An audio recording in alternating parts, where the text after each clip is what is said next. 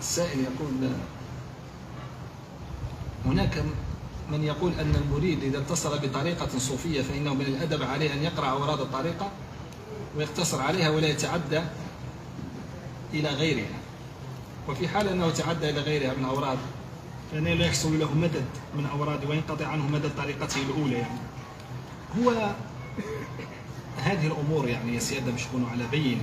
ممكن حد يقول لي الدليل على ذلك وعلاش نضيق ولا بد الإذن في الطريقة ولا بد ما تغيرش طريقتك ولا غيرت طريقتك ولا غيرت شيخك ما يحصلكش المدد من الشيخ الأول وكلام كهذا. يقول يعطيني عليه دليل شرعي. ما كان إذا خلونا نمشوا من طريقة لطريقة ونجربوا ونشوفوا.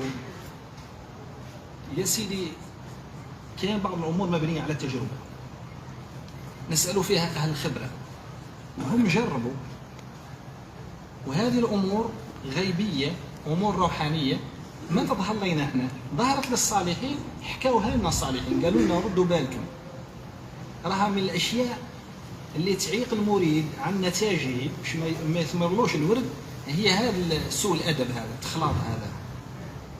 تقول لي أنا لا ما نلتزم بهذا الشيء، نقول لك روح استك وشوف تضرب 10 20 سنة تلقى روحك تدور في دوامة تعاود ترجع تقول لي السبب ماذا. نقول لك السبب هاو الأول اللي نهار اللي قلنا لك نهار اللي جيت تشد في العهد على شيخ من المشايخ دير حسابك البداية ادخلها بالاستخارة بالاستشارة، سوى لها الخبرة، دير استخارة مع مولانا سبحانه وتعالى باش يبين لك ونها طريقتك. لعلها انت ماشي تسمع طريقة ظهرت جديدة تروح لها، ولا قضيت تزور في شيخ من المشايخ عجبك تقول له اعطيني الورد. لا، دير الاستخارة أولا، اسأل عنه. وكاين أمر آخر كذلك، ما تشد طريقة إلا إذا كانت تلك الطريقة هي طريقة أباك وطريقة أهلك وطريقة. لماذا؟ لأن كاين واحد الرابطة روحية تبقى في البيت يا سيدي. أنت بيك ولا جدك شاد الطريقة الفلانية وكان ممكن هو خديم الشيخ وكان يدير له المعروف وكان روحانية الشيخ تبقى مرتبطة بذيك العائلة. أنت خديت تحوست منه ولا منه اللي عجبك الشيخ المشايخ قلت له أعطيني ورد، والشيخ الأول راه عاقد على روحك من قبل ما تلقى وتقعد تدور في واحد ويا ليت تكون له طريقة ولا زوج من طريقة لطريقة لطريقة.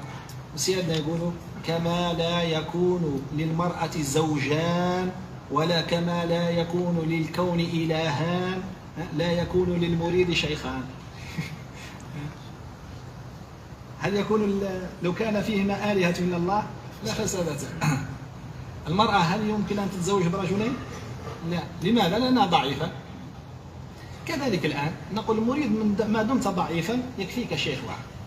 تقول يوجد سمعنا بعض من المشايخ الربانيين عندهم كم من طريقة، ذاك صار رجلا يجوز له التعداد. أنت ميزان لا يحق لك أن تعدد، أنت يكفيك واحد. غدوة كي تبلغ مبلغه تعود رجل كيفه عدد، ولا تعدد إلا إذا جاءك الإذن وأمور أخرى. لهذا سيد الخروج من طريقة لطريقة ولا تعداد الأوراد راها ما يخرج للمريد أصلا، ما فيه خير. ثم هنا السؤال يطرح للذي يريد أن يخرج من طريقة إلى طريقة: ما السبب؟ ممكن يقول أنا لما ما لقيتش الثمرة ولا ما لقيتش وانت من قال لك الثمرة كي ما لقيتهاش هي العلة في الشيخ أو في الطريقة، على ما هو العلة فيك أنت. لعلك إلا ديناك بطريقة واحدة أخرى يحصل كذلك الأمر، تبقى دائما هكذا. ما لا اثبت تنبت يا سيدي، اثبت تنبت.